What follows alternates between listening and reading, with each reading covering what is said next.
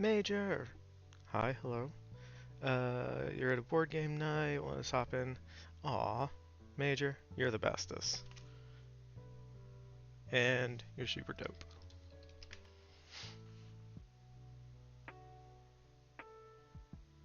Well, I hope you have fun at board game night. We're gonna be here, uh, I don't know what we're gonna be doing tonight. But gonna be doing something.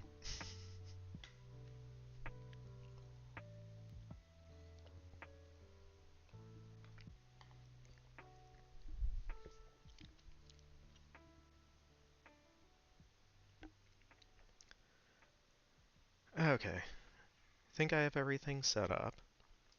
So, let's get into it with our movie game. Man, it's February 1st. Okay. Ready, set, let's go. Alright, we got what? 5 and 5. Star Wars 1977. Uh, 4 letters, so Mark Hamill. Is it ILL? Or double M? I don't know. I don't think it matters.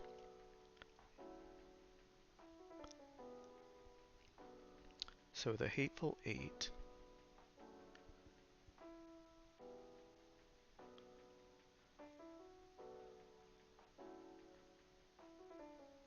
We had Samuel L. Jackson, Kurt Russell,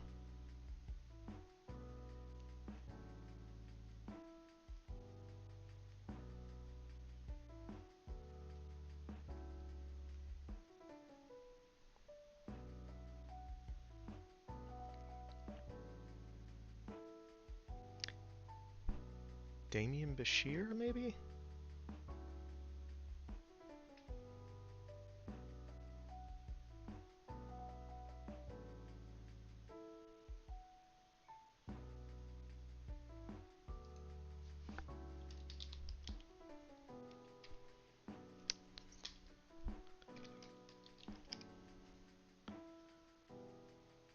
I don't know if that's right. We got a pair of Oscar winners. And someone from Thor the Dark World.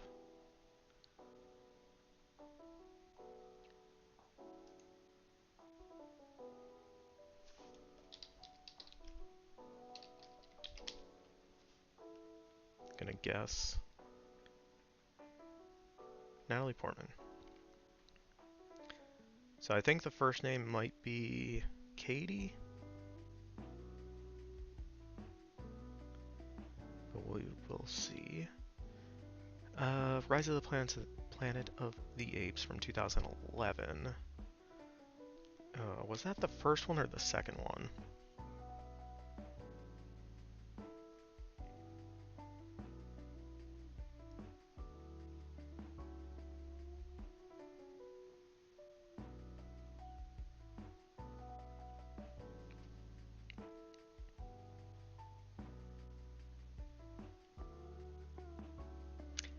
I can't think of anyone whose last name was only 3 letters, so might have to come back to that one. Blade Runner 1982, 3 names. So it's Edward, James, almost.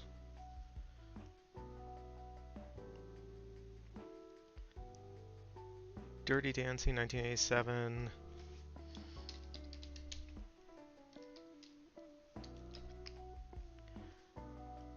Gonna take a wild guess at Patrick Swayze for that, yeah. If it's not, then it's might be Jennifer Grey, but I think that's too long. Jennife, yeah. Watchmen 2009, again, 3 names makes it a lot easier. Jackie, Earl, Haley.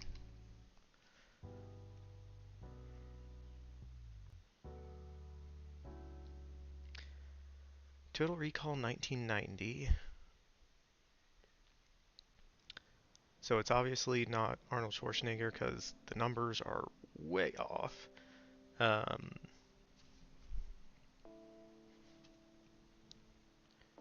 Wonder if it's Sharon Stone?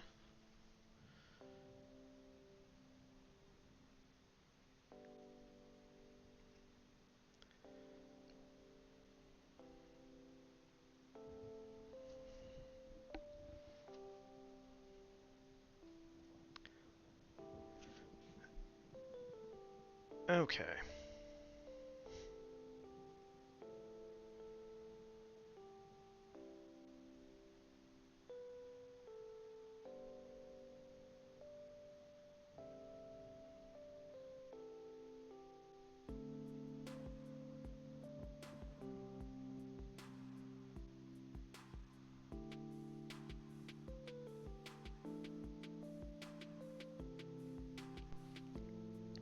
Nothing is coming to mind straight away for this one. We still got 5 minutes left.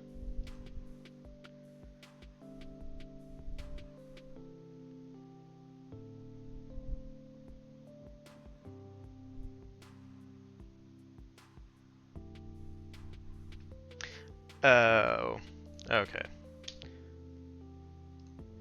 We had Natalie Portman wrong.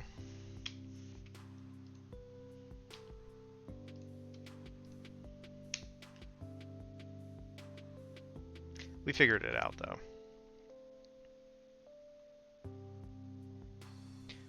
We had Damien Bashir right, but we actually got the letter correct. Oscar winner in 2004, Tim Robbins. That would have been for Mystic River, I believe. Richard Dreyfuss in 78.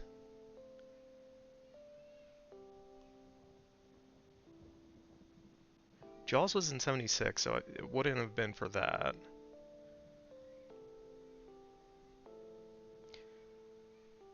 Okay, it was Anthony Hopkins, not Natalie Portman. And then Planet of the Apes was Brian Cox. Okay. I'll look up Richard Dreyfuss.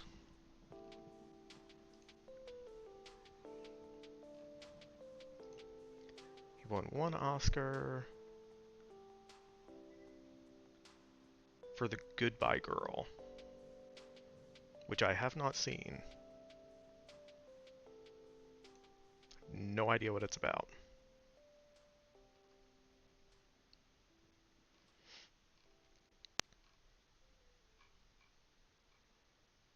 After being dumped by her live-in boyfriend, unemployed dancer, Paula McFadden and her 10-year-old daughter Lucy are forced to live with struggling off-Broadway actor Elliot Garfield, who is subletting their apartment. So I'm curious who he beat. Okay, this is leading role.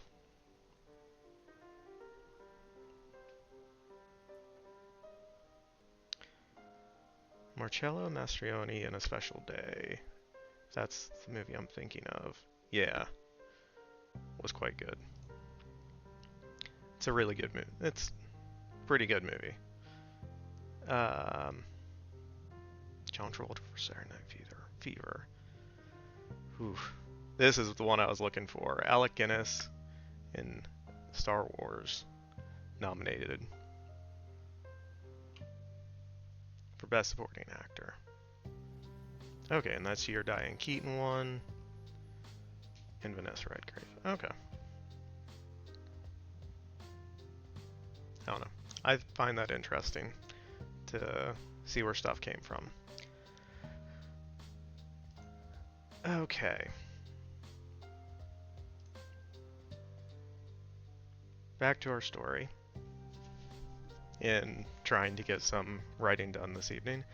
As I said, the title of tonight's stream, I have no ideas. So we're not just going to sit around and twiddle our thumbs for the stream. There's one scene I need to go back to and edit some because I forgot something. So we will do that, and then what I usually do when I'm in this kind of situation, I guess, um, I just start writing down like things I know that need to be included at some point, and just trying to fill in as much of the picture as we can, and that'll help us figure out what we don't know and what we need to figure out. So I think that's going to be what we're going to aim for tonight. The scene I need to edit is our third sequence, where Margaret goes to visit the seer.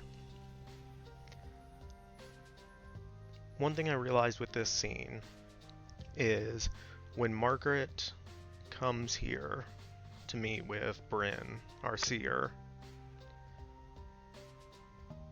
Margaret doesn't know that Helene is a witch at this point. So that fundamentally changes what the conversation between Margaret and Bryn is going to be.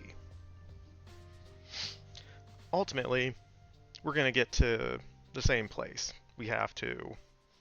It's just a matter of how we get there and what gets revealed to Margaret over the course of the scene. So we'll start at the top, go through it, figure out what needs to change. So we're in the Carolinas, weeks after the scene where Margaret thinks she sees Helene again. So she goes to see an old acquaintance, another witch, a seer, works in like a pub or tavern, we're thinking. Because Margaret has changed her face, Bryn doesn't recognize her. But she heard Bryn is the person to go to find... Okay. Right off the bat, this is where we need to start with changes.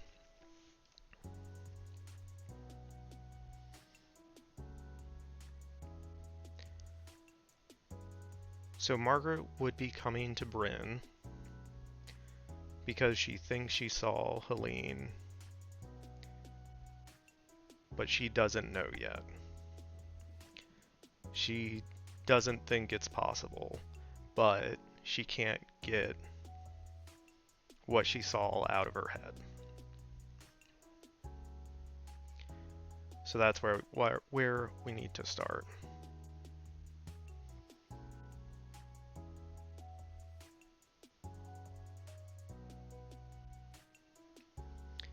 So what we had was Margaret tells her she heard Bryn is the person to go to find someone or information on finding someone.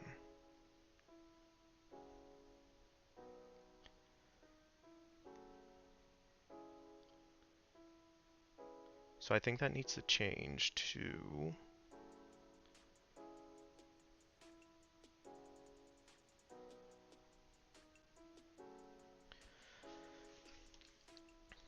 something along the lines of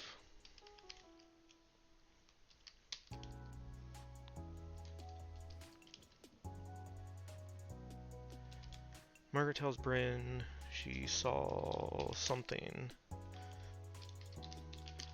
impossible.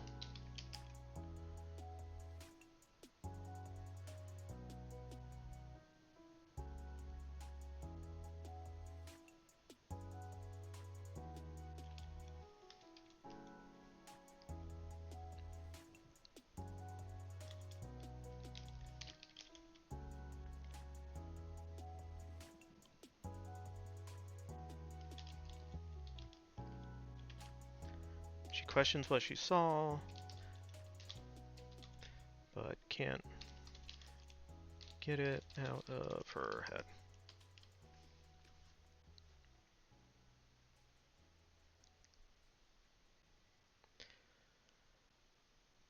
So I think Bryn still responds kind of the same way, saying, I just own this place. Um,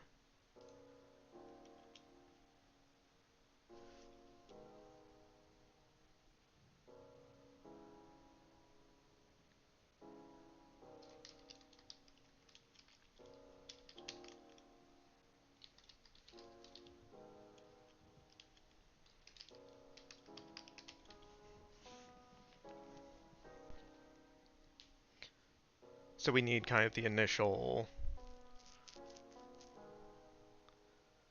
Margaret tells Bryn she saw something impossible. She questions what she saw but can't get it out of her head. She needs to know if what she saw was real.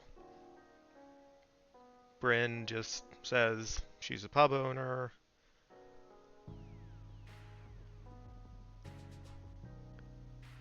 Um,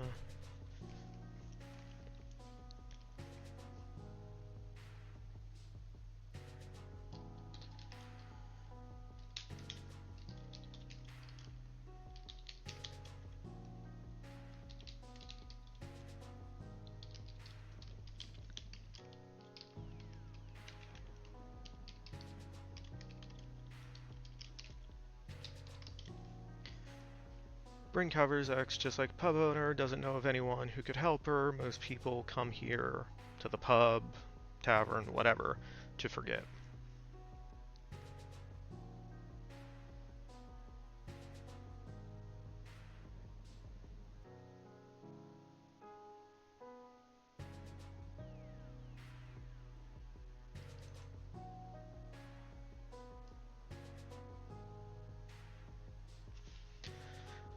I think we might be able to salvage this. And Margaret tells her she heard Bryn is the person to go to.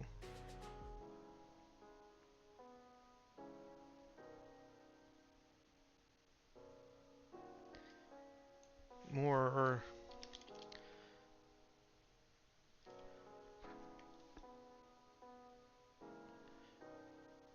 Margaret tells her she heard Bryn is the person to go to when someone is searching for answers.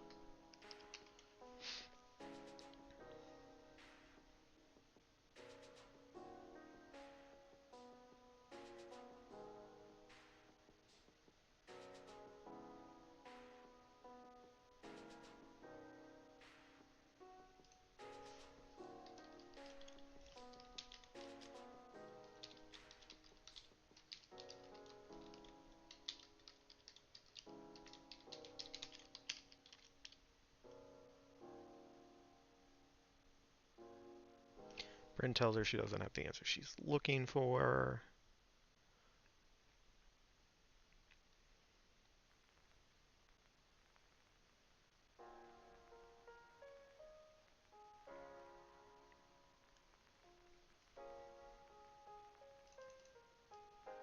Then Margaret would go a little bit deeper.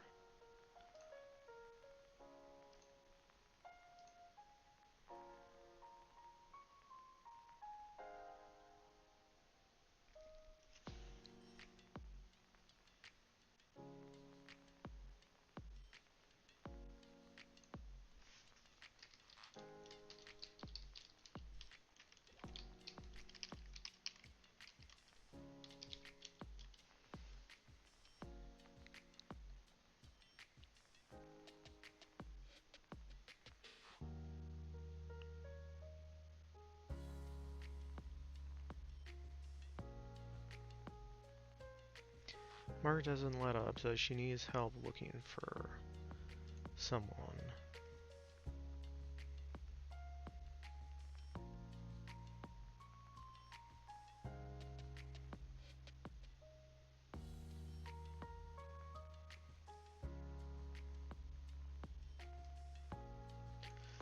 Okay.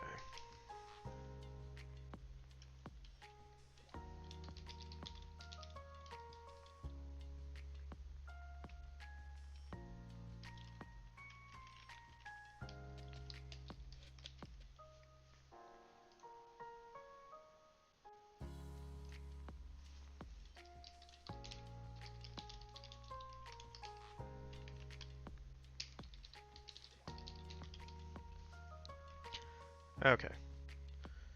Margaret doesn't let up, says she saw someone she watched die. Bryn points her in the direction of tracker. If you're in need of finding someone.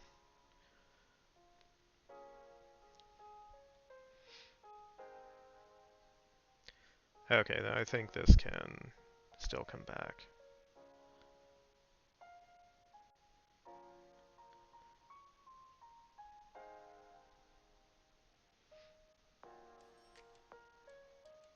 Until this point.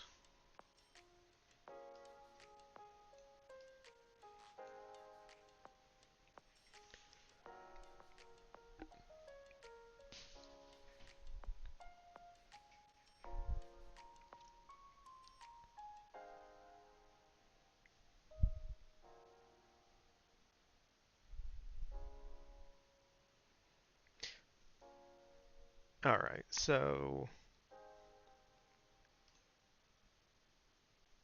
Margaret tips that she knows she's a seer, caught on the word.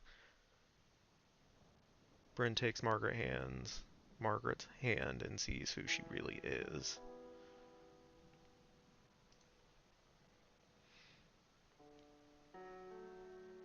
And they drop the pretense. So Bryn asks Margaret why she's really there.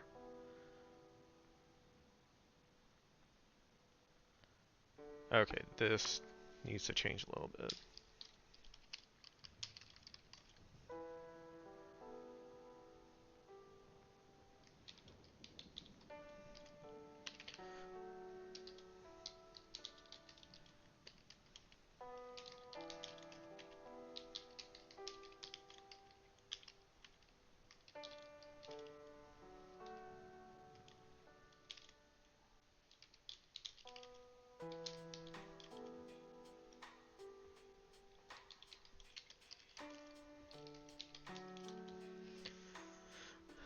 Margaret tells her she wasn't lying. She saw something impossible, someone she saw die in the flesh. How is that possible?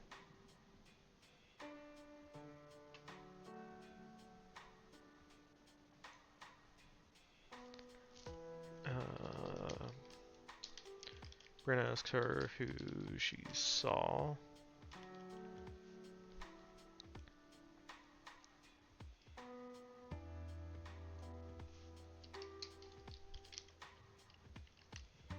Margaret tells her it was Helene.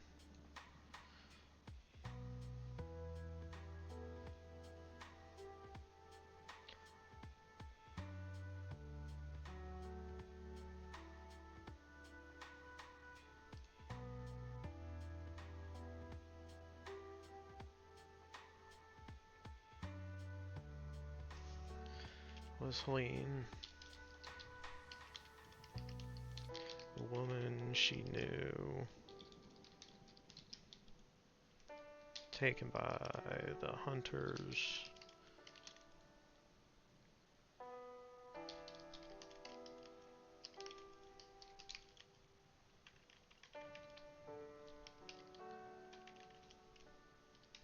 Yeah, it's steak. S-T-E-A-K is the food.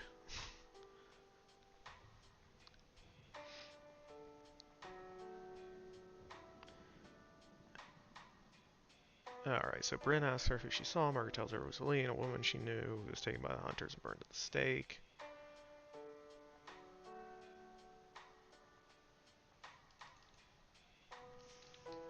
So Margaret's telling Bryn this instead of the other way around.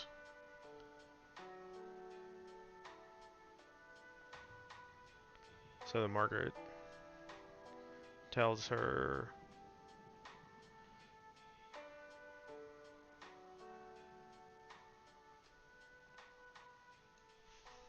I guess she more asks how she could have seen Helene recently.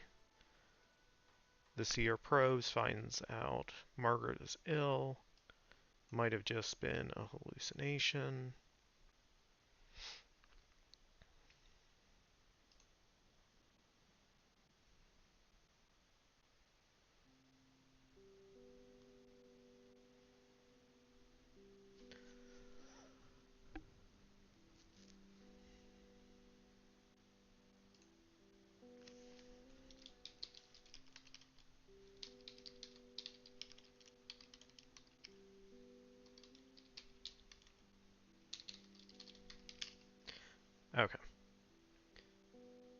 So we have to establish that it's years later, but that Helene still looks the same. Yeah, she looks just the same.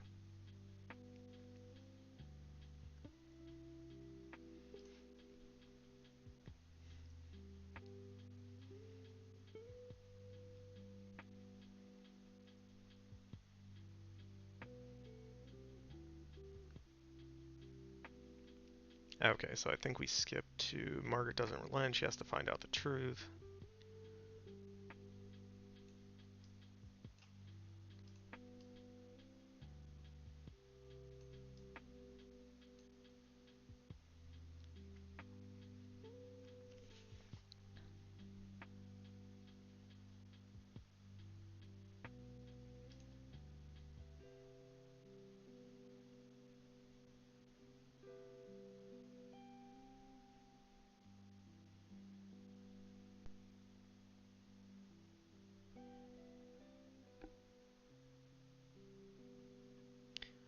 Then I think we do the ritual earlier.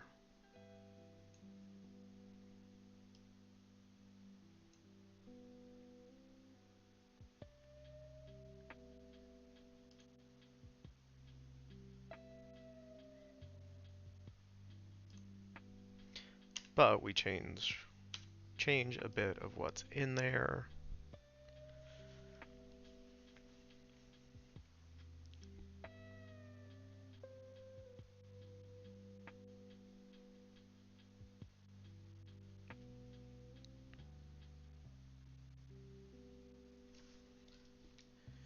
So you see flashes of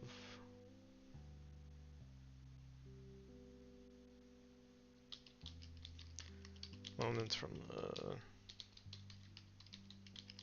colonial settlement,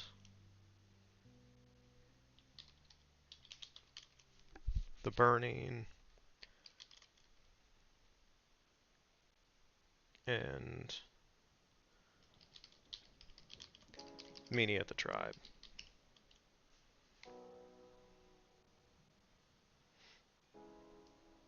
So we might not have these in there.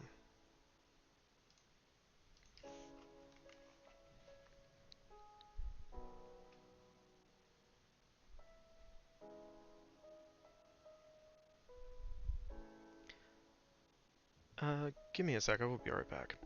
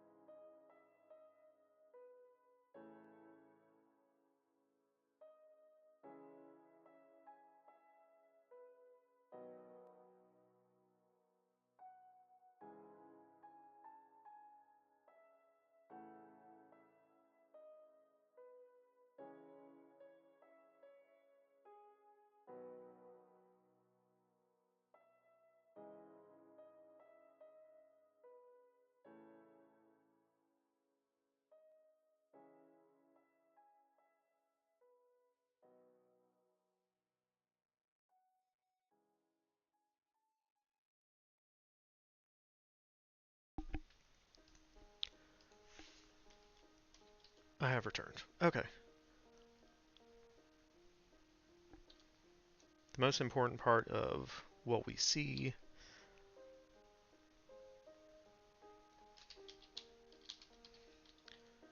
confirmation that Margaret saw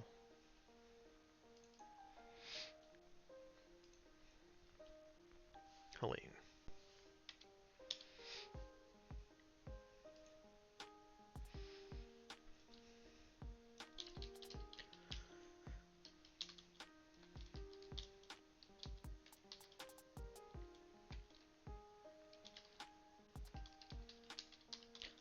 So, Margaret asks Bryn, how's that possible? Bryn knows.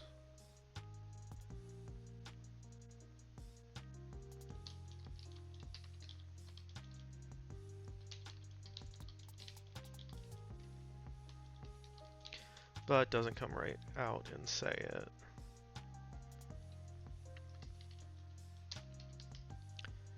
She leads Margaret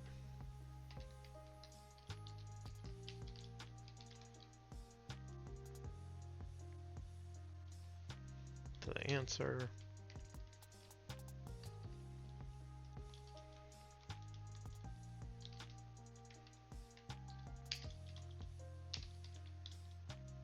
Helene is a witch.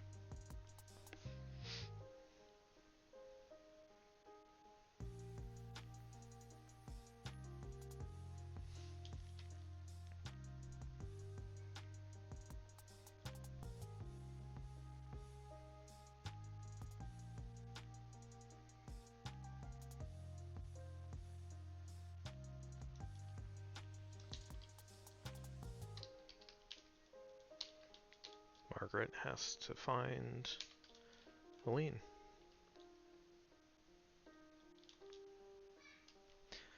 Then we can fill in some of this stuff.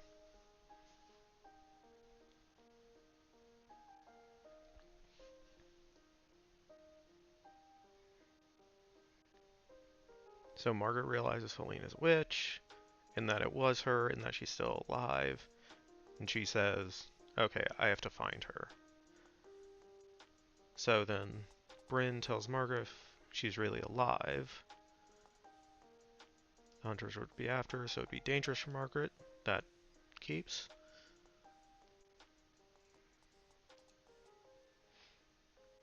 And the seer follows up by asking Margaret what she thinks would happen if Helene knew she ran away.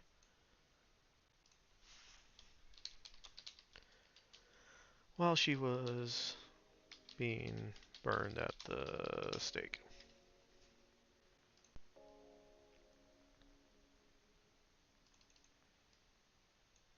So Margaret doesn't really have an answer, she just has to find Helene. She now knows it was really her.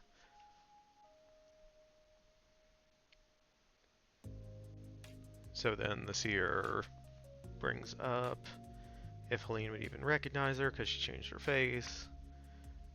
And Margaret realizes maybe that's a good thing. Yeah.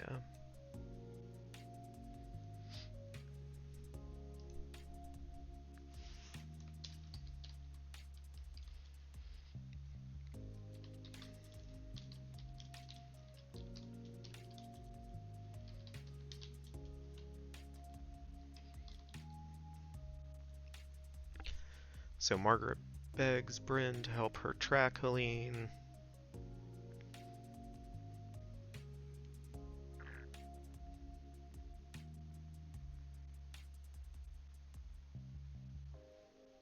Maybe we bring back the thing that we deleted previously for this. Did I save that or did I just flat out delete it?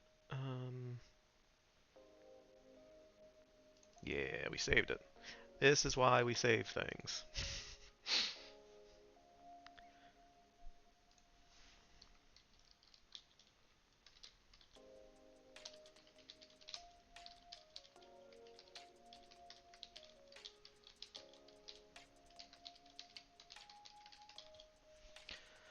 So Margaret begs Bryn to help track Helene. Bryn doesn't want to get involved with anything to do with the hunters. We know why. Um, so then Margaret asks to see her what she would do if she had a chance to find her lost love.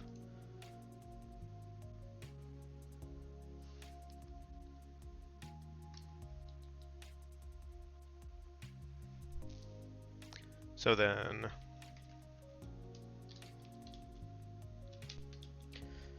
Bryn does a tracking spell or something.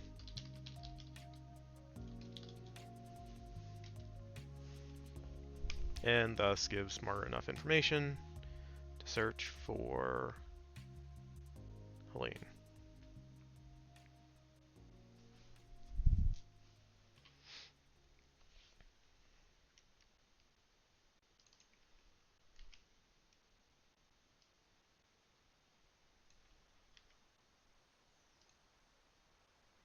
Okay. I think that kind of fixes the issue that I had with that. We still got the information we needed out of it and propelled Margaret onto the following scene.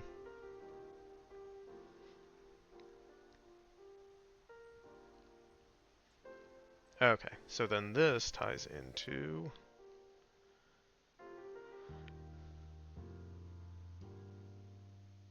kind of where we left off last time.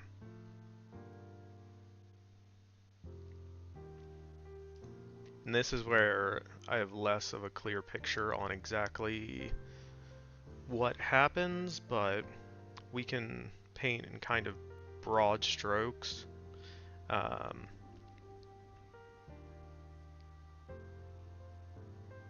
And then fill in details as we figure them out.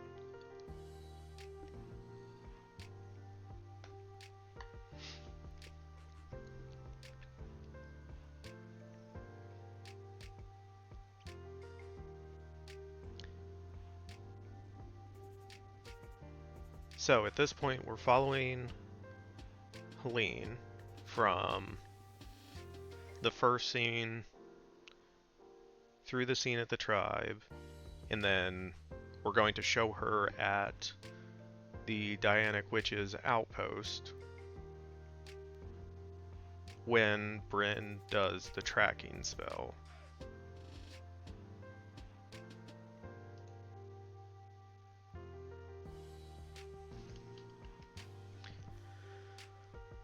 So at the Appalachian Mountain outpost for the Dianic Witches, their numbers have grown.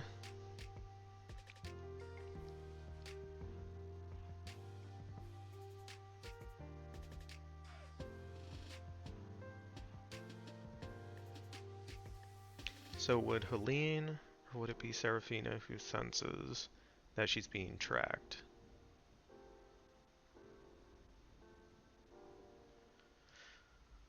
It's probably cleaner for the story if it's Seraphina.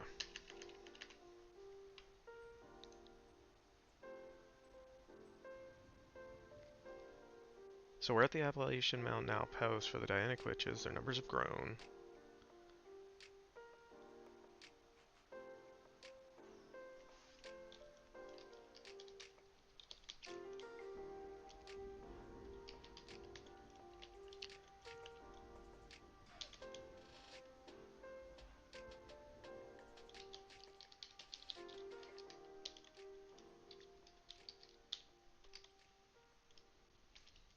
Seraphina senses a tracking spell. Bryn's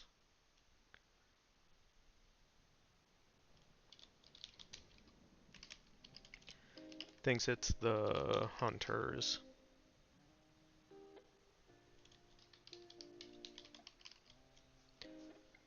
Searching for Helene.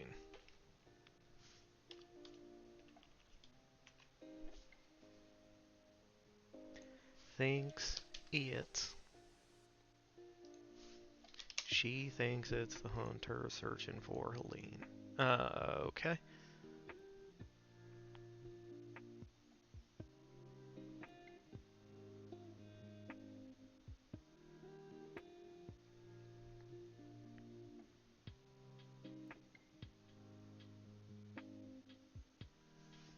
So this would lead to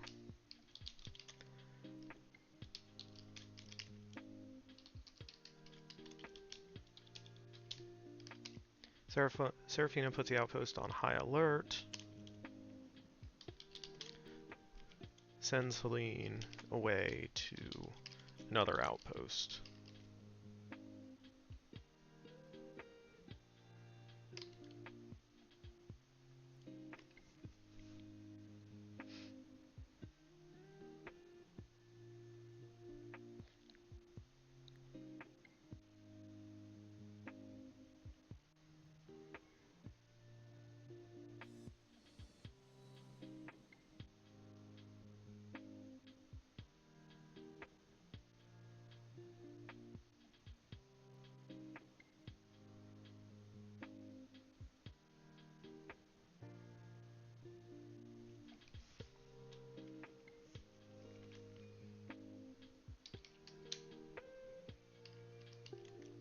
Helene resists leaving,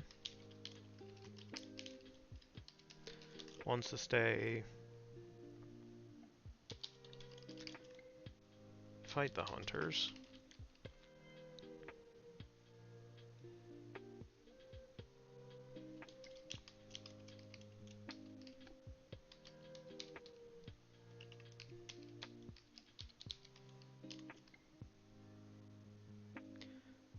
Uh, she wants to stay and fight the hunters, argues this is the perfect opportunity.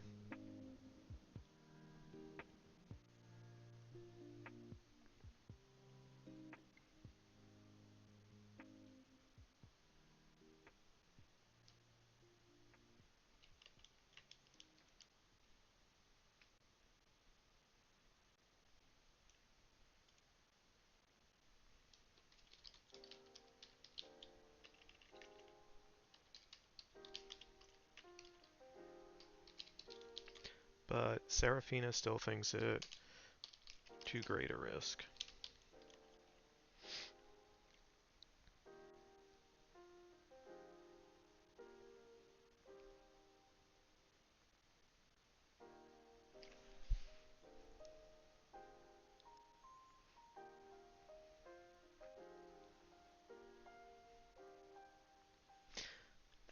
But if Seraphina thought the hunters were coming to their outpost,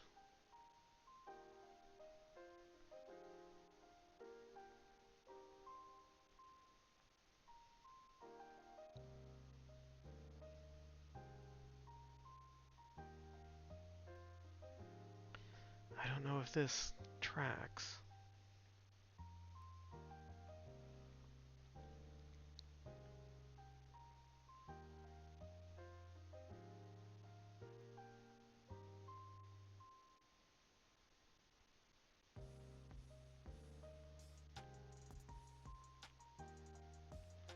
Because I don't think she would just send Helene away, only Helene away, and everyone else would just stay at the outpost with hunters coming.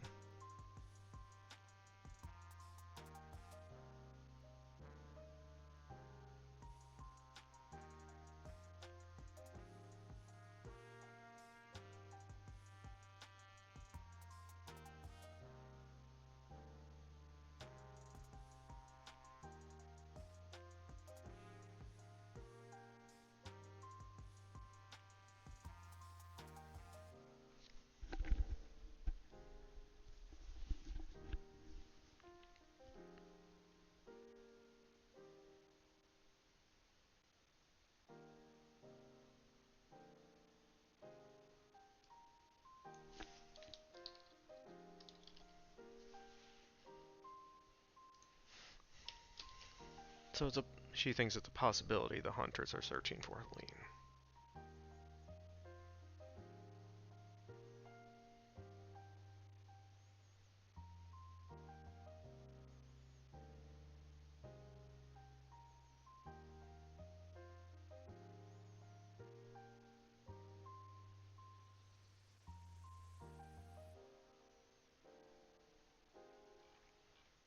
Okay.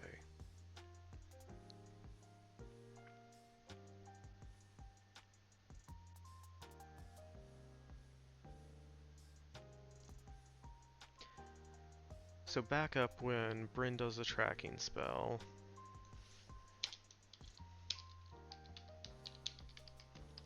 It requires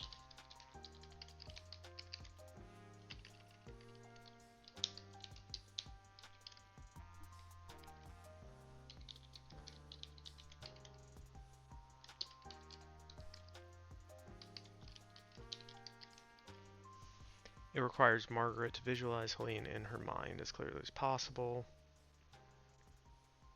And that gives her enough information. Okay.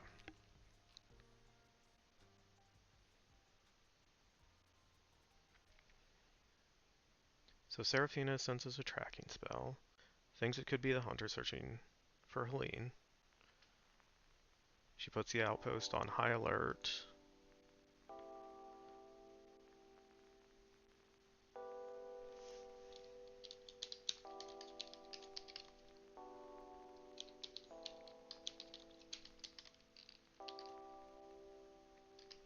Make sure the illusion field is set.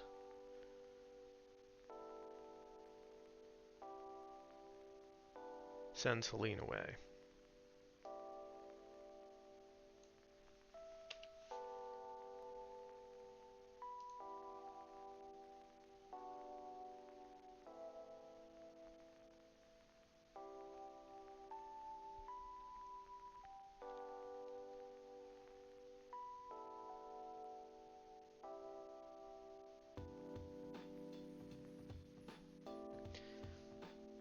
Okay, so this can track a little bit better.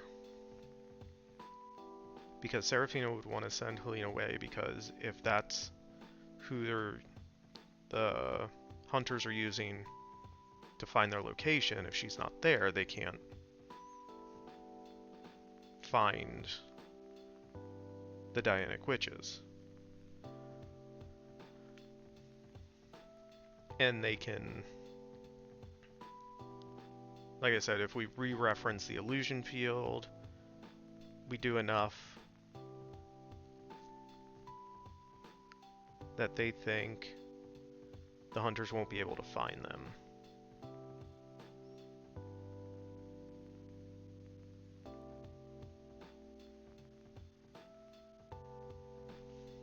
Yeah.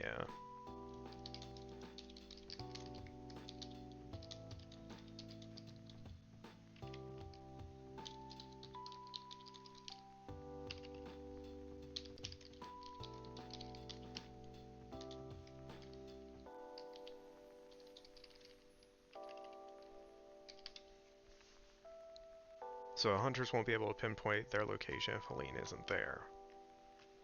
Helene resists leaving. She wants to stay and fight.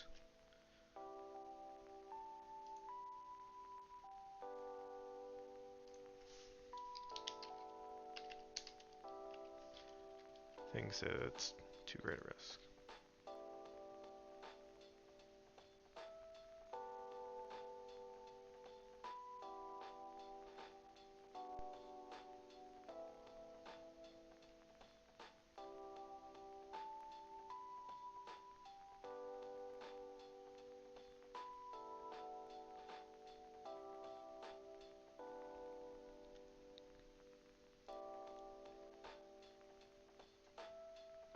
Okay, so where would she send Helene?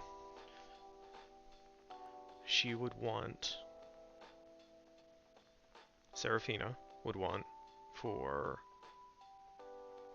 a kind of anti-tracking spell. I don't know. Sure, there can be anti-tracking spells. Placed on Helene.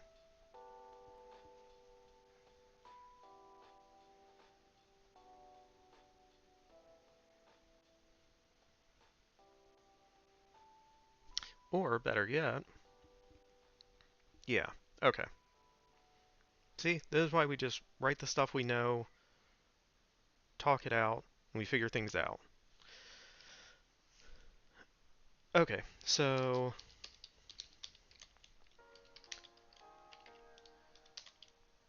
Sends Helene off to another outpost.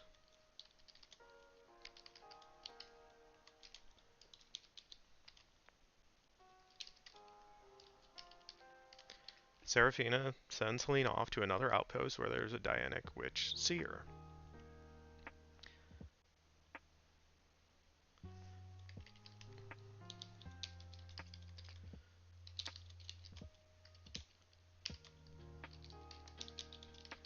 In order to find out who is tracking her,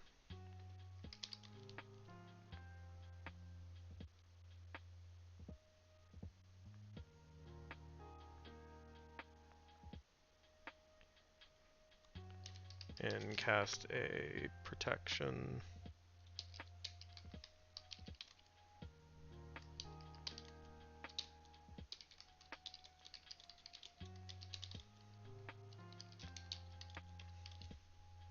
Okay. Seraphina has made her decision. She's sending Helene off to another outpost where there is a Dianic Witch Seer in order to find out who's tracking her and cast a protection spell to prevent her from being tracked. Yes.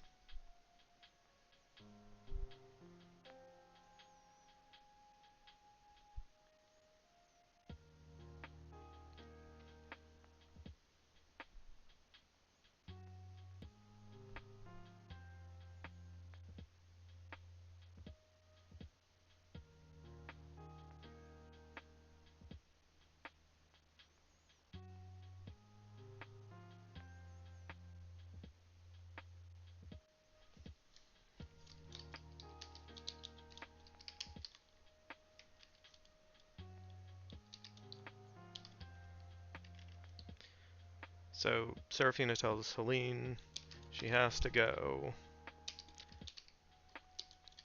or she'll be expelled. She is of no use to them if the hunters can track her.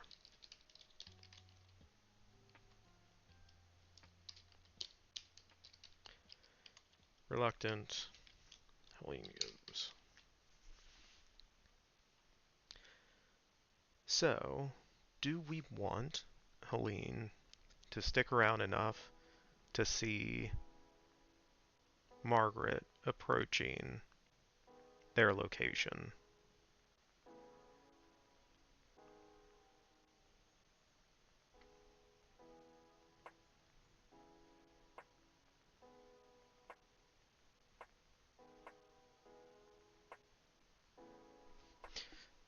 I think the answer is yes.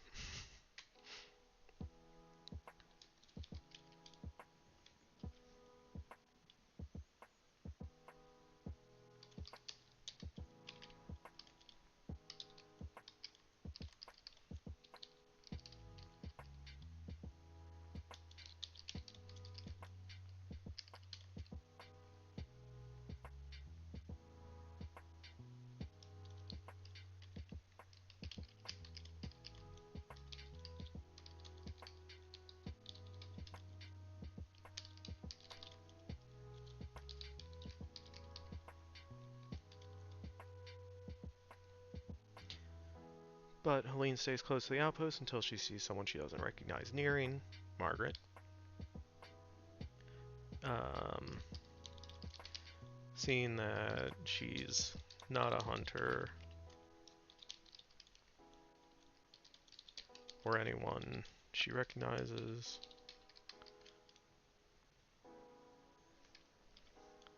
Helene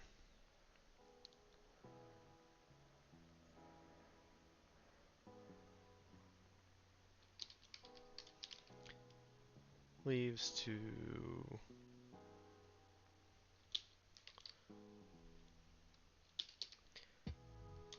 make her way to the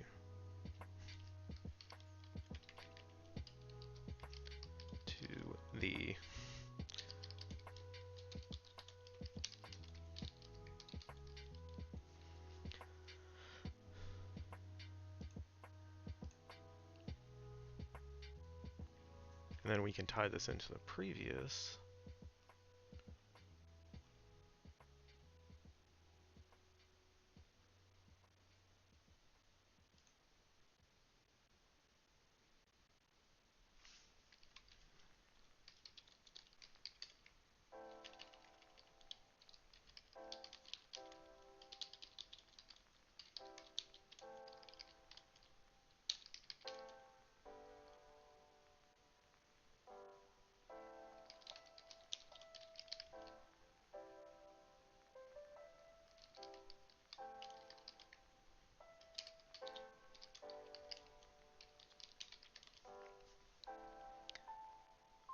So she gets a sense someone's. So when Margaret's on her way to this outpost, she feels like someone's watching her, hears rustling in the trees, but doesn't see anyone.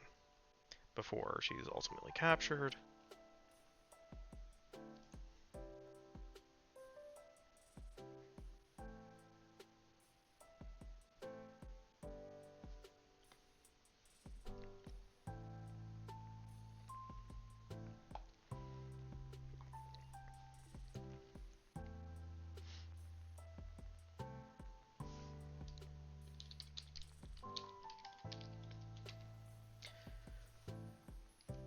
So, we then jump ahead to Helene arrives at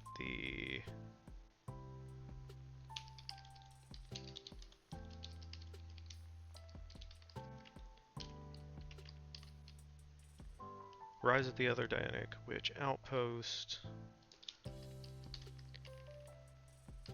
meets with the seer,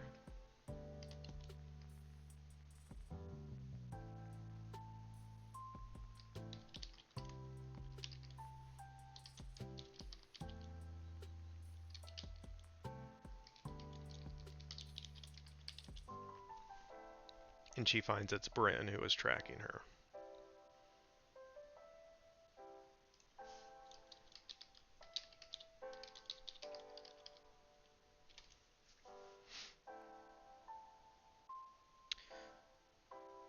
So, yeah, this becomes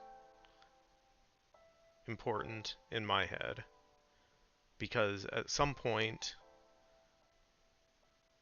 late in the movie, we're going to have Helene confront Bryn because she finds out she's working for the Hunters, and Bryn is able to reveal some things that Helene does not know.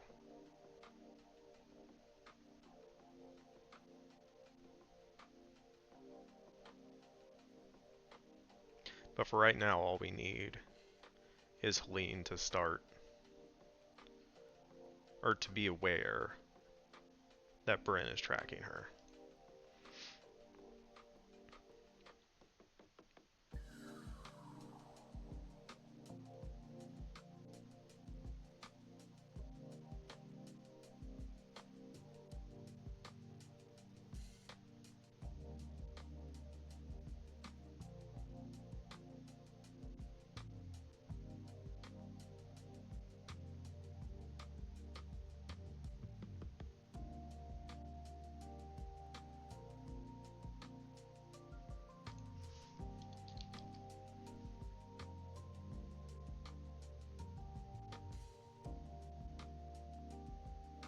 Yes.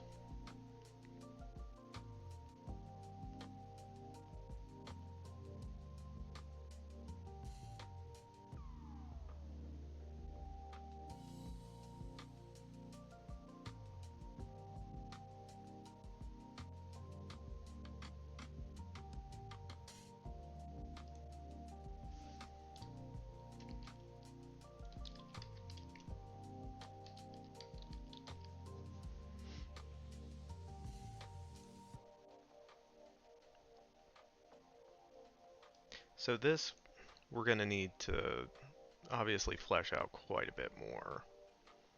But we at least know this section is going to end with that.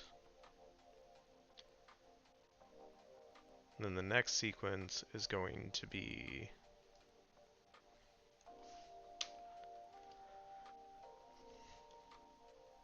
Helene in or on her way to San Francisco.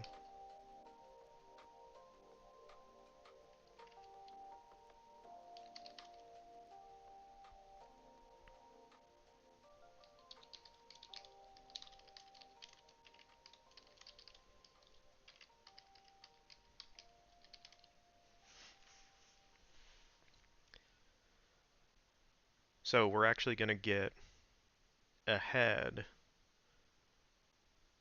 of Margaret with Helene's story, and then come back to Margaret's story and have her catch up.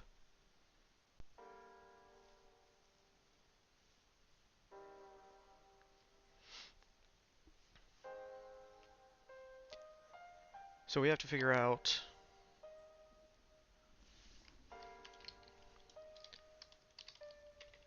why is Helene in SF?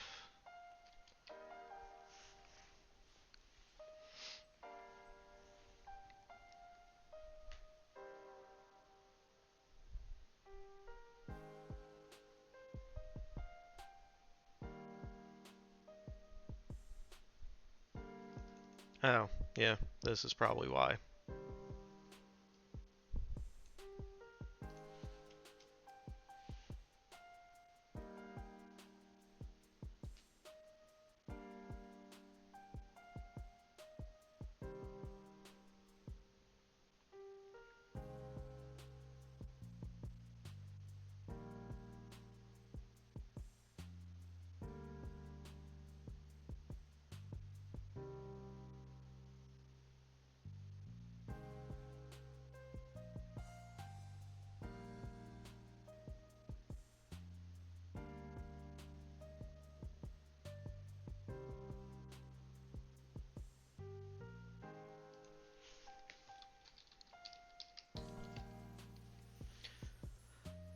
Alright, we need to figure out where the other Dianic Witch outpost is. We need to figure out who their seer is.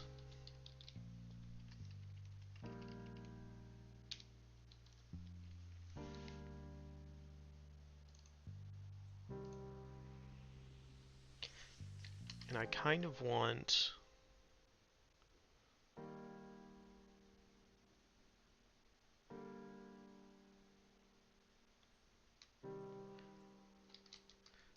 We see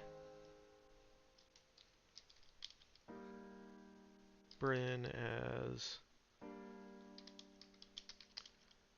she senses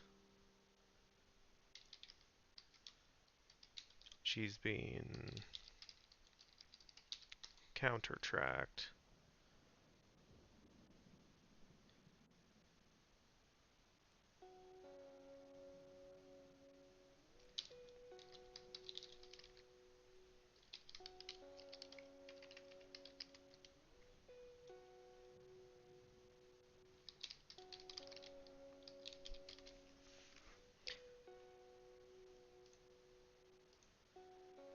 Alright, we see Bryn as she senses she's being counter-tracked. Fearing the worst, she goes on the run.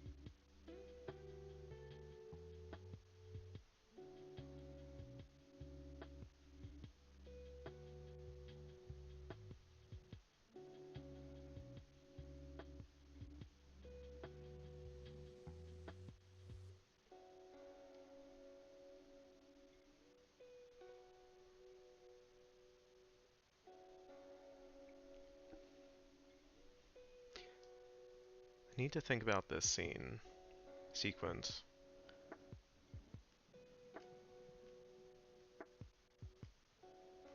And what it's going to look like. And what it's going to be.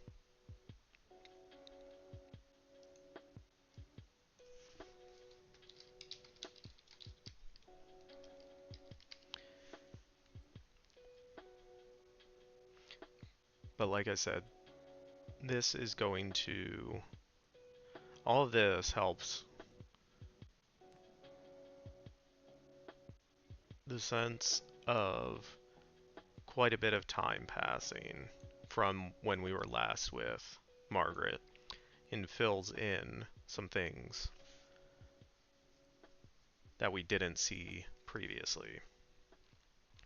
And so when we finally catch up with Margaret, actually I wanted to start this scene earlier.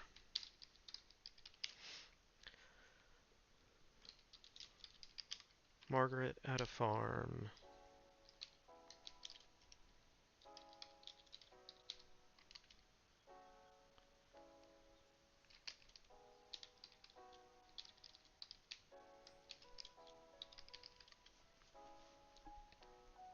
So we catch up with Margaret. She's at a farm using her green magic to help her produce grow. Then she makes her way to a Midwest city to sell the produce she's grown.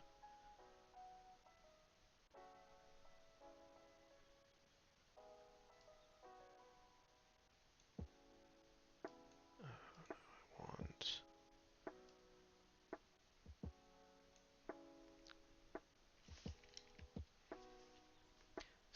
I think selling a farmer's market's going to be more visually interesting. Afterwards, late day, she wanders the city, passes the newsstand, something catches her eye.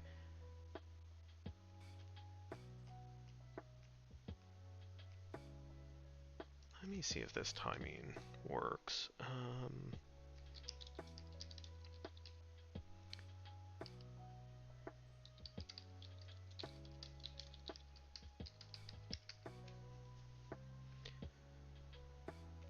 Newspapers began printing actual photographs using halftone process in the late 1870s and 1880s.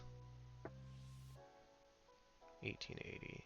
So, in late 18... So this says 1848.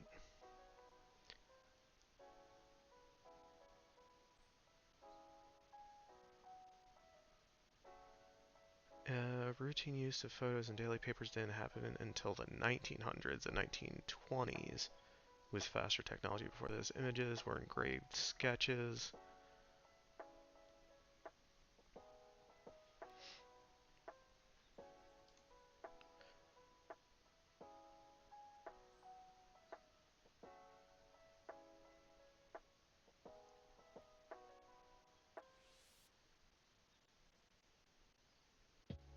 So halftone process became standard, replacing wood engravings for mass market periodicals.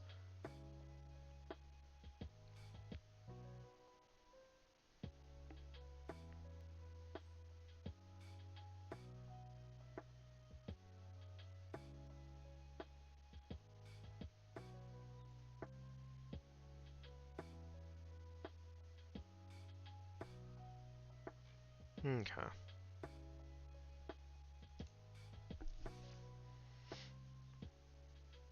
So it's at least within the realm of possibility. Song it was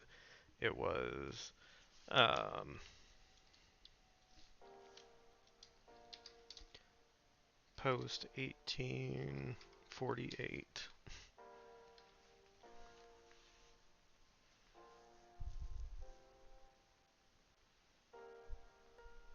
So that gives us some time to work with. But I don't know if we're going to say a specific year. We can just say, probably take out mid and just say, so we're in the late 1800s. Most likely post-World War II, or not post-World War II, post-Civil War, pre-World War II, pre-World War I.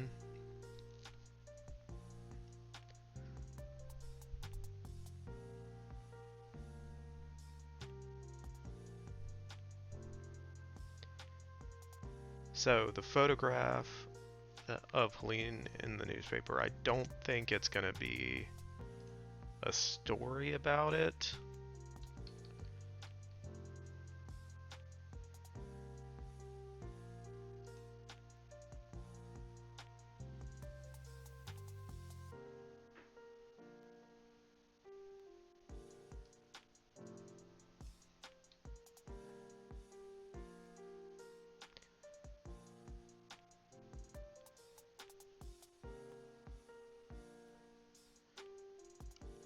I don't know why I wrote this sentence so ass backwards. Alright.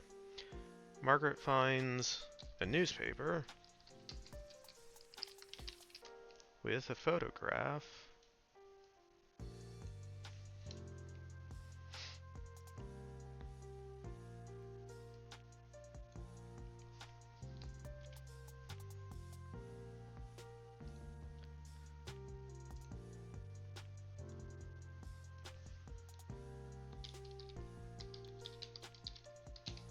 She's not the focus, but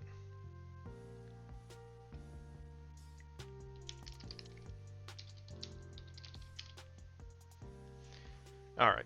Margaret finds a newspaper with a photograph of Helene. She's not the focus, but in the background. Daughters of Diana are protest yeah. We don't need to know that specifically. That might be part of that. The remembrance spell breaks. Margaret remembers.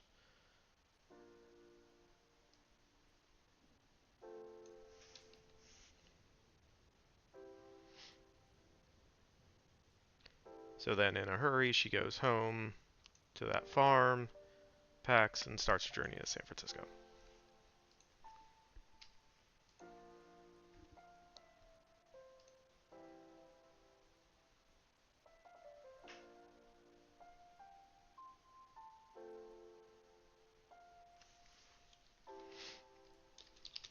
So when she arrives in SF, she goes to where the photograph was taken.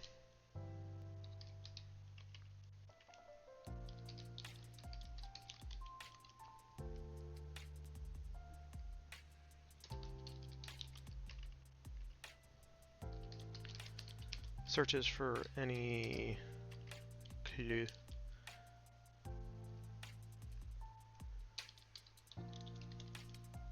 or a sign of Helene.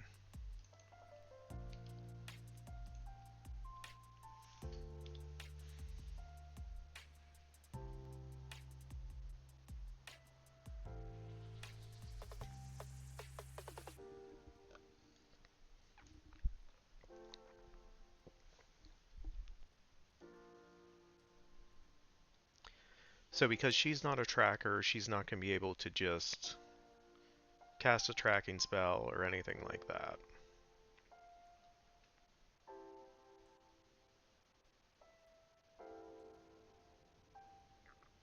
But somehow, I mean, she has to find Helene here.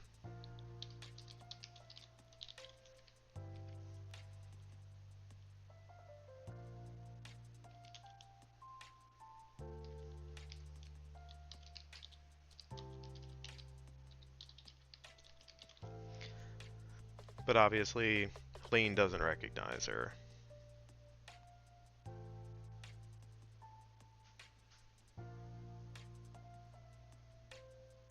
Would she not recognize her if she saw her outside of the witch's outpost?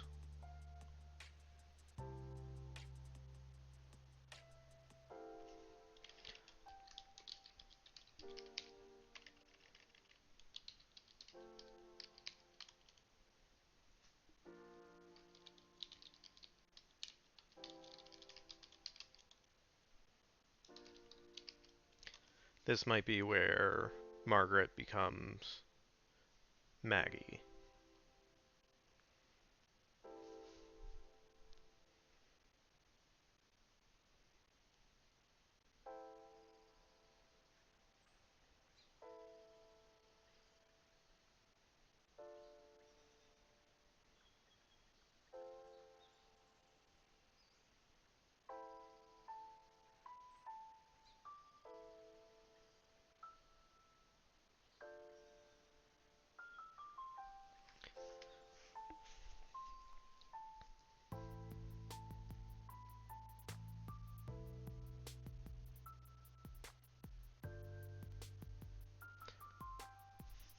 Then what we need to happen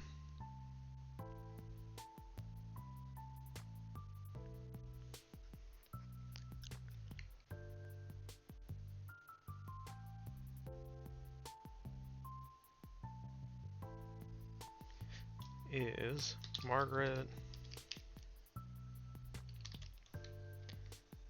and Helene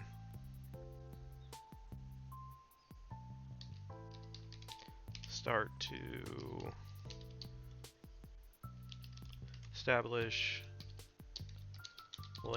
new relationship.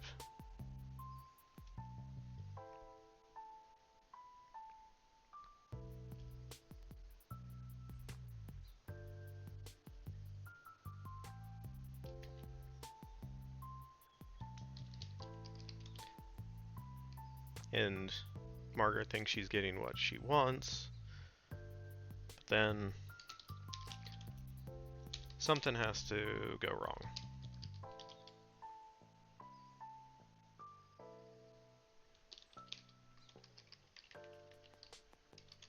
Force them apart.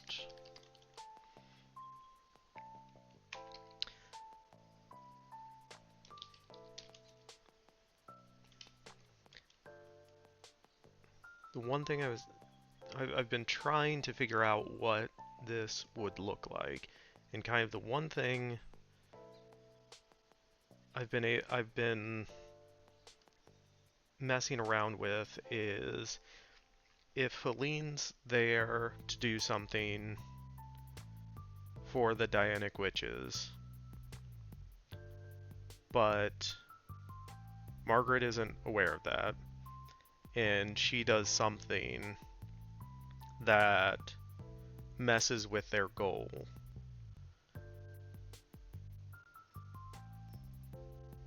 Would that be enough for Helene to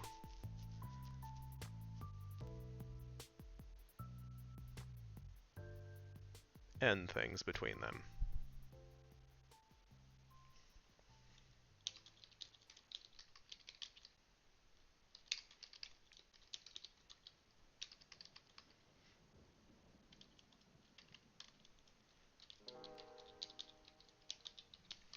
Unknowingly.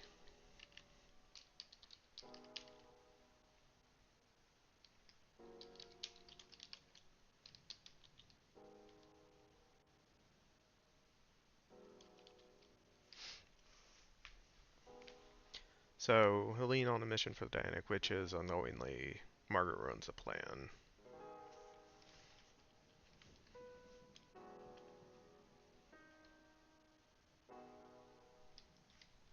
So then, Helene ends it, leaves.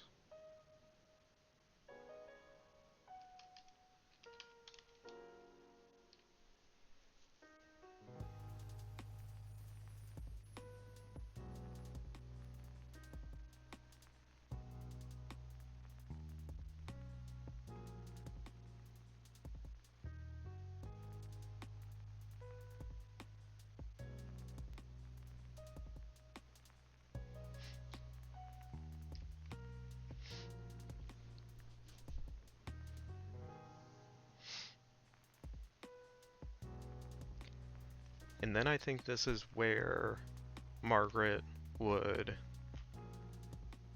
shapeshift her face again.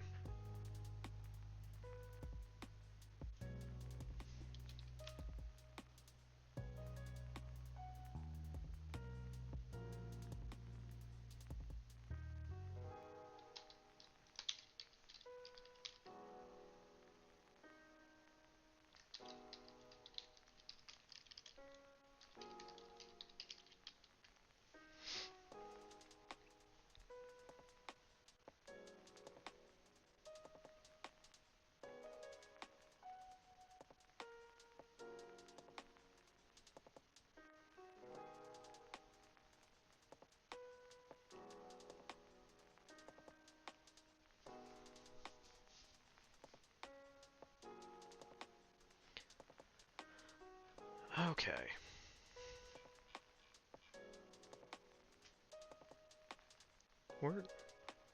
We're starting to get there.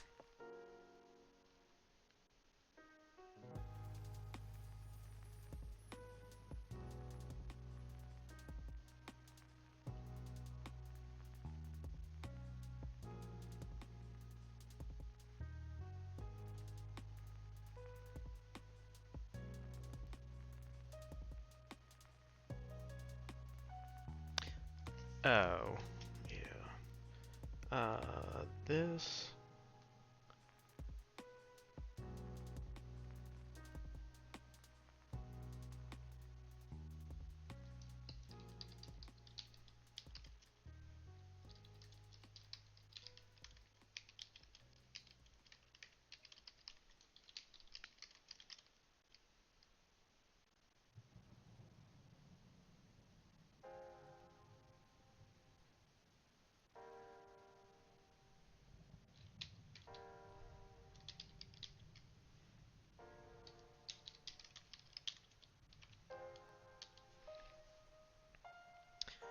So after we rejoin Helene and she survived being burnt at the stake and she runs into Seraphina, Seraphina displays her witchcraft. She shows Helene that she's captured one of the hunters and kills them in some way. And Helene's like, that's what I want to do. So that's what causes her to join.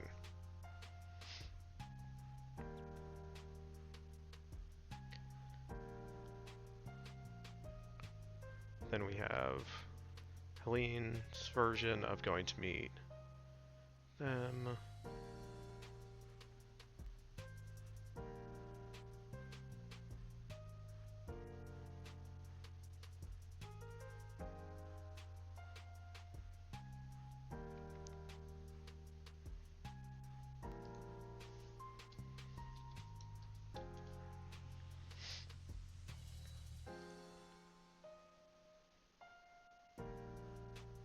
Okay, so this might be about halfway through our story. Not totally sure because there are some parts that are more specific and some parts that are more vague. So I'm thinking this is close to, if not halfway through. We have Margaret starting over again.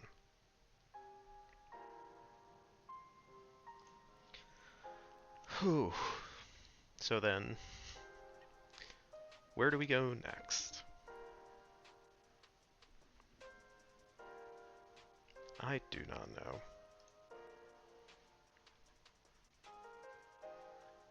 So let's go back to our notes, see if we have...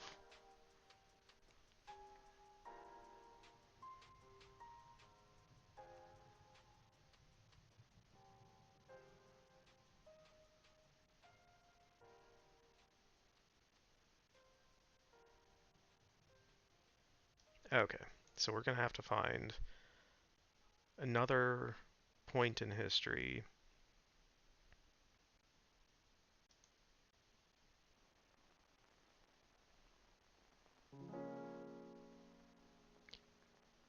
when Helene and Margaret's paths will cross again.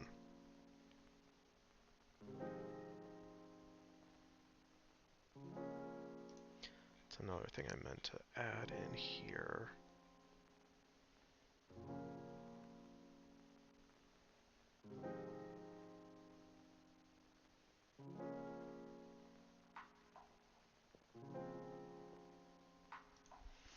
Small. Many died on...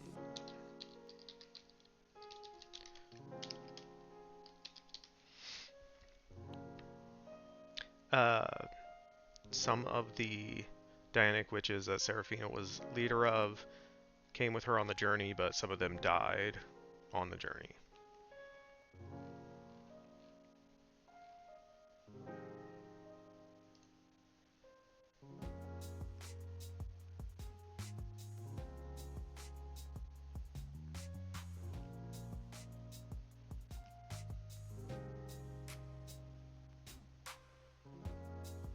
Some North American witchcraft beliefs were influences by beliefs about witchcraft in Latin America and by African witchcraft beliefs.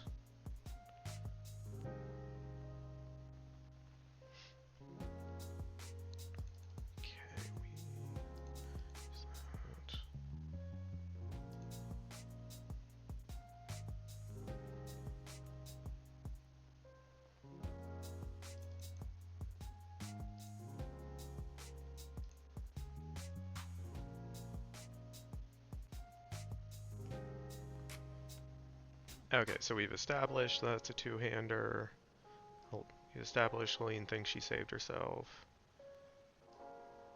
Yeah. In the end, Bryn reveals what really happened to Helene.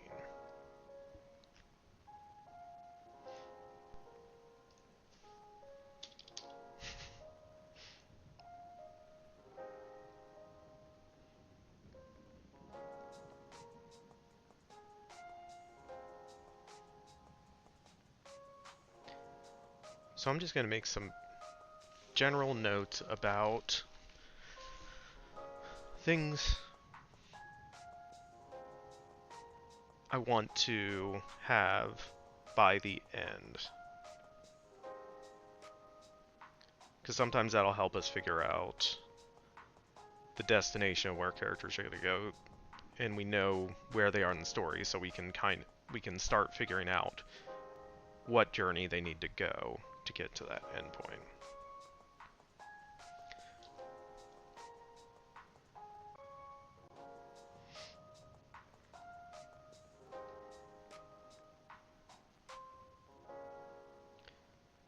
So one thing I see in my head that I want to have is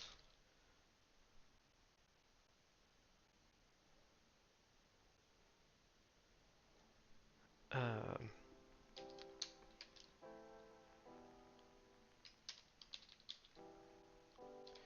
so no, not the revelation.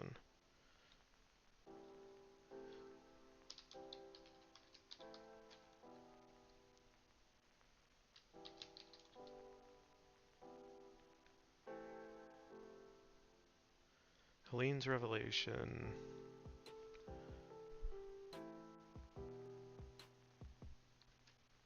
How do I want to word this? So, when Helene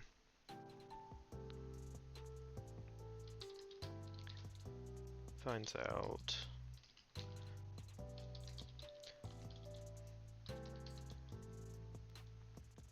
changed her face through the years,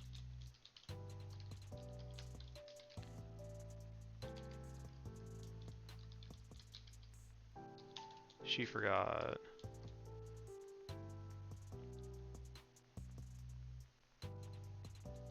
what she really looks like.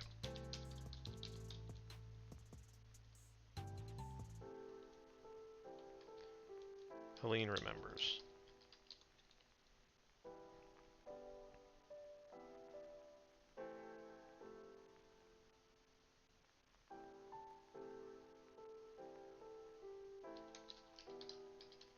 Margaret trusts her.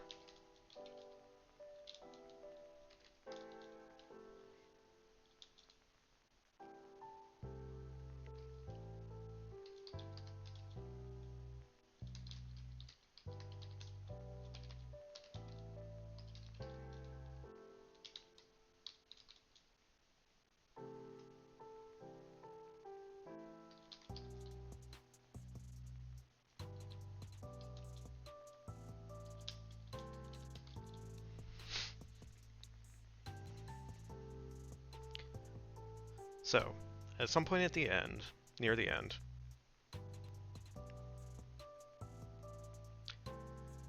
Helene's going to find out that Margaret has been changing her face through the years, but Margaret's forgot what she really looked like. Helene can still remember her, and Margaret trusts her at this point, and Helene is able to use magic to reshape Margaret's face back to what it first was.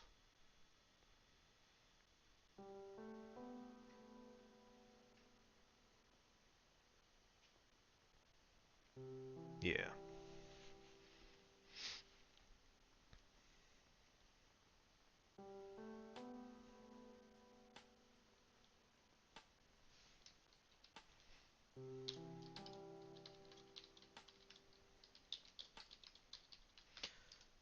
The face of the woman she loves.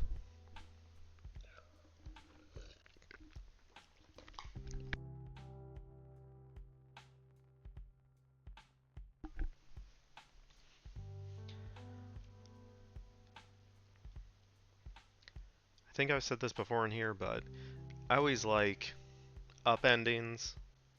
Pretty much everything I write ends up having kind of not always like a happy ending, but an ending that points to some sort of hope or potential or another chance at something. So those are the kind of endings that I tend to gravitate towards.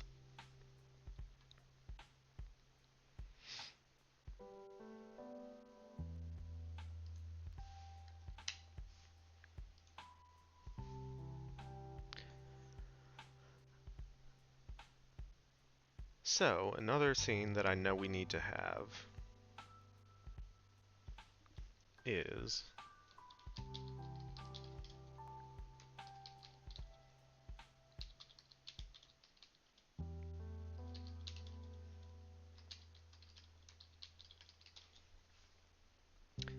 Helene confronting Bryn because she knows Bryn worked for the Hunters.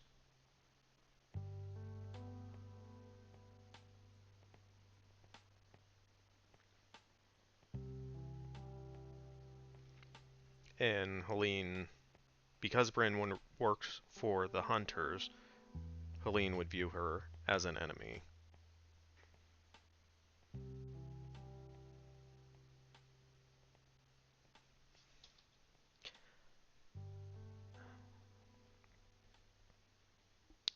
So at this point in the story, Bryn might be dying.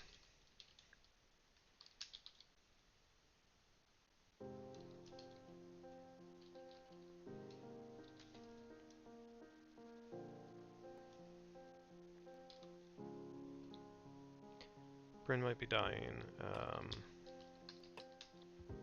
But either way, she confesses.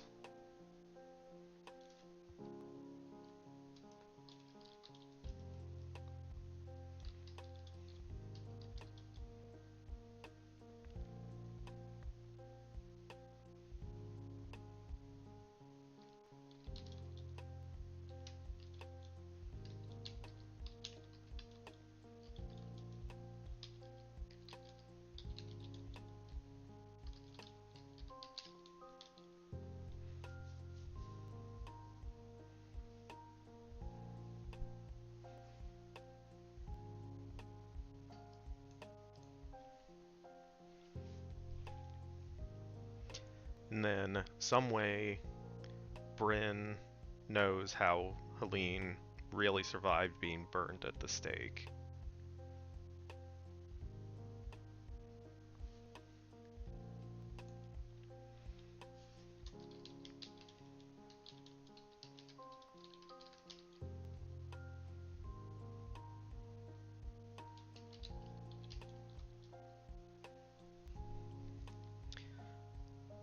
As we established earlier, Helene thinks she was able to save herself somehow through her own magic.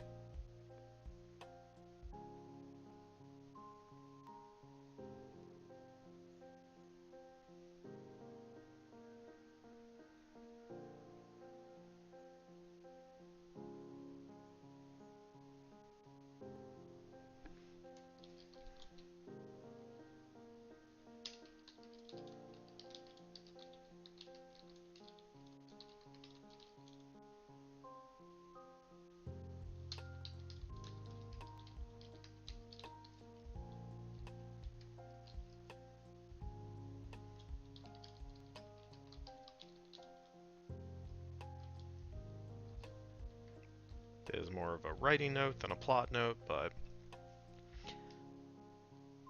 the first time we meet Bryn, she leads Margaret to a revelation that Helene is a witch. So at this point, she's leading Helene to a revelation, so I want her to use some of the same language when she does that.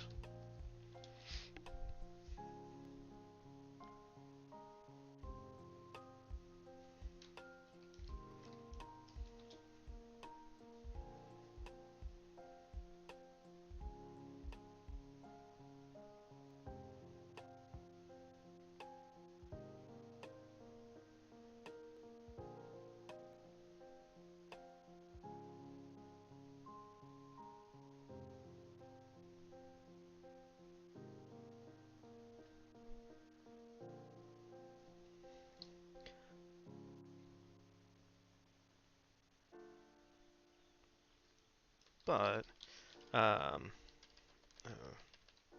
doesn't need to be there.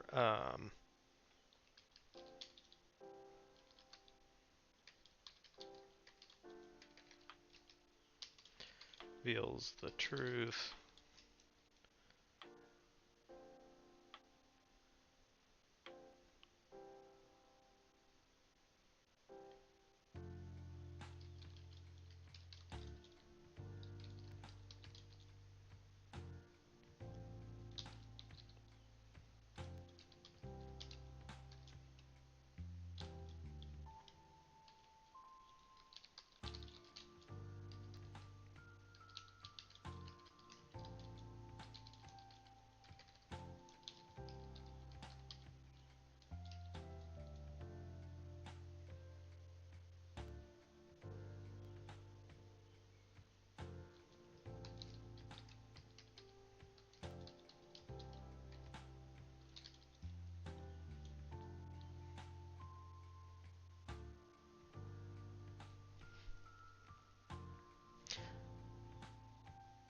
So this I need to think about some more. But I want it to be... There was some other magic at play because of the relationship between Helene and Margaret.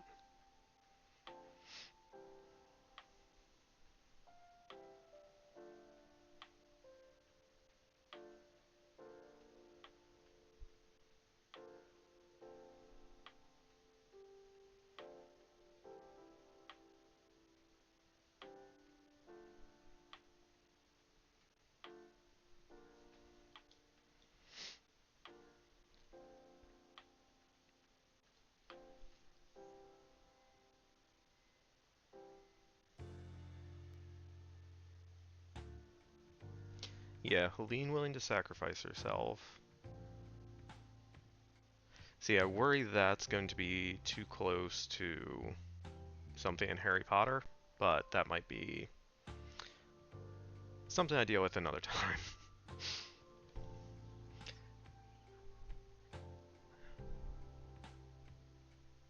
And even though Margaret wasn't willing to sacrifice herself for Helene, she did still love her. She does still love her.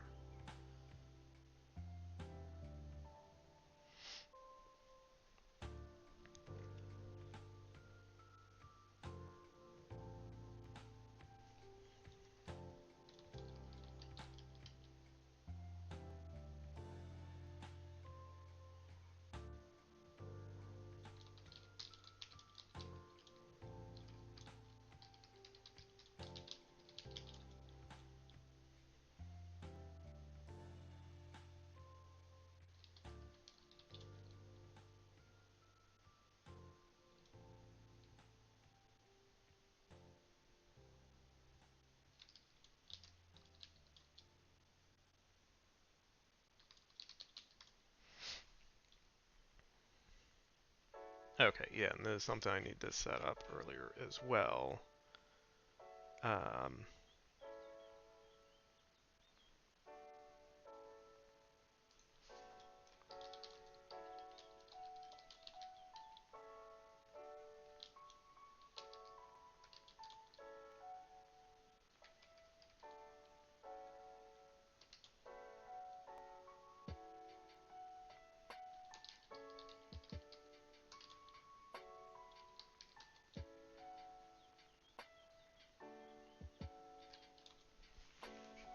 so in the early scenes, in the first scene sequence, when the hunters show up and accuse Helene of being a witch, they're able to see her aura, but it's actually Margaret's.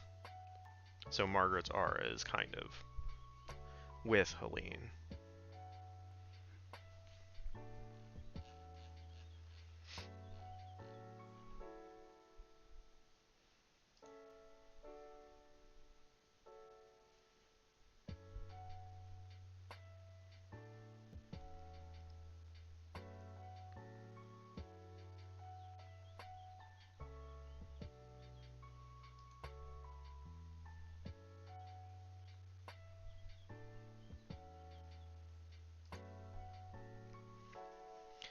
Yeah, so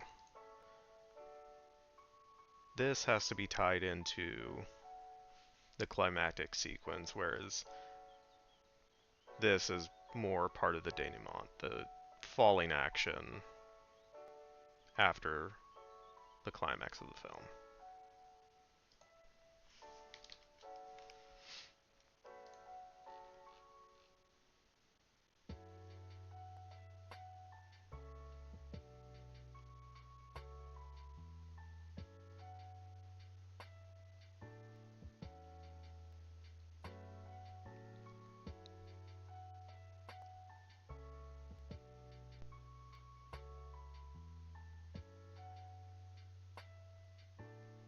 But so that's going to be more the self-revelation for Helene rather than Margaret.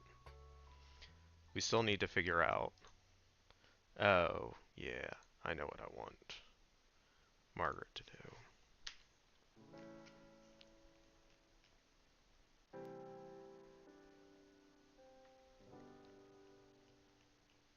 Yeah, I have like these ideas or like bits of sequences that I've been able to like see when I think about this story, but I'm still not quite sure exactly how they're gonna fit in with everything else. So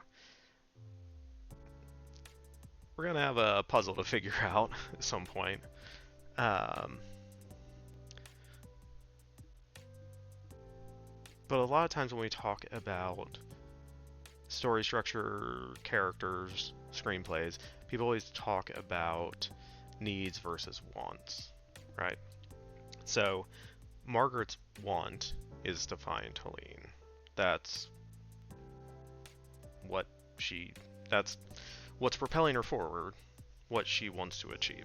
But what she needs in order to get that, to fulfill herself, is she needs to embrace her identity as a witch.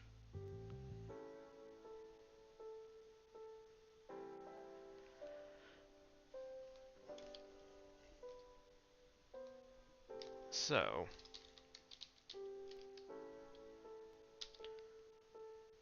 the climax is going to be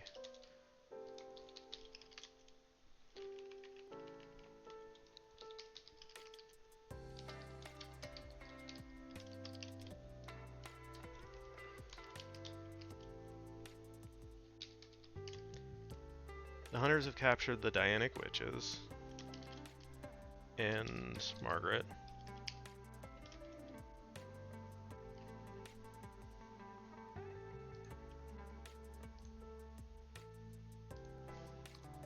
So that means previous to the climax, we're going to have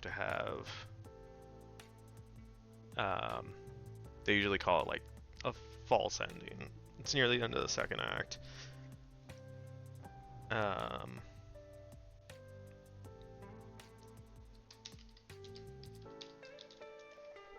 Margaret and Helene reunited.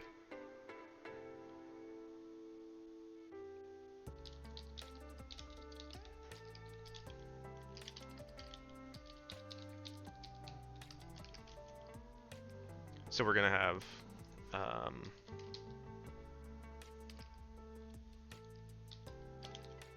a false ending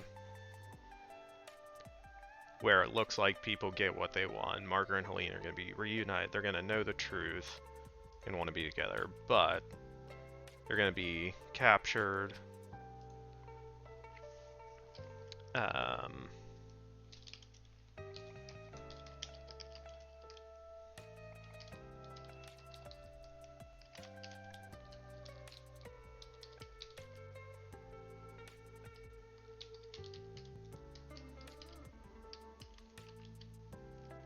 I don't know if I'm going to keep all this, but I'm just going to write it out and we'll decide later. The hunters have developed a way to drain witches' auras.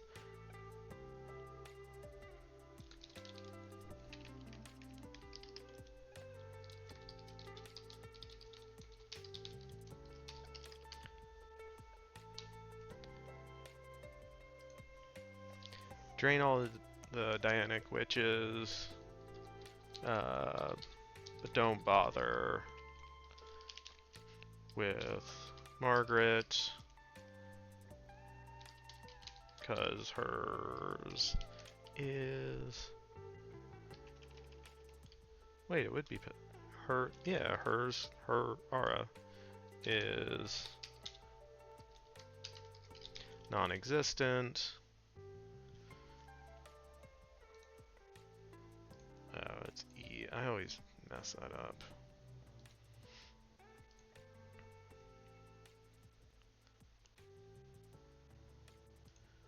So her aura is non-existent.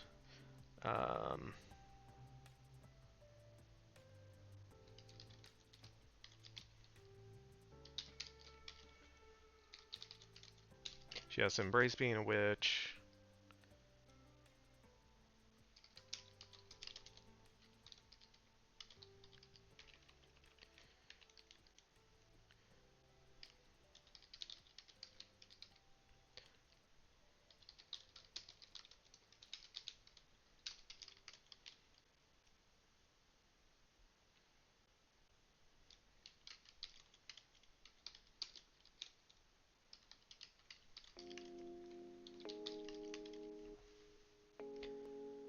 So we're going to have the hunters have capture all the Dianic witches. They're going to drain their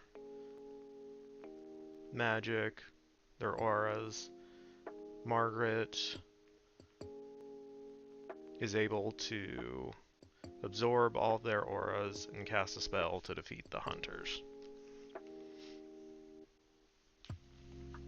That's what I'm thinking for some sort of climax, but like I said, I need to think about it more.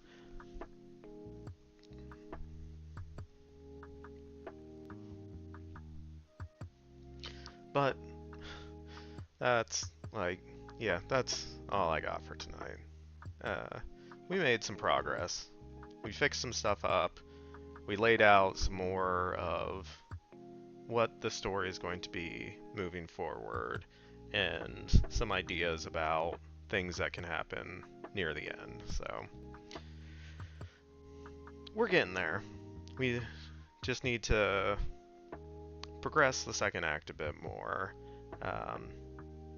have some more conflicts, some more obstacles for our characters to overcome. But we're in a pretty good place, so happy with the progress we've made for today. So let me see if anyone I'm following is streaming anything. Not really. Alright. Well, I think we're going to end it here for tonight. Thank you everyone who stopped by, lurked, hung out. I'll be back on Tuesday with another stream, and we will pick up and do some more writing then. Talk to y'all later. Bye.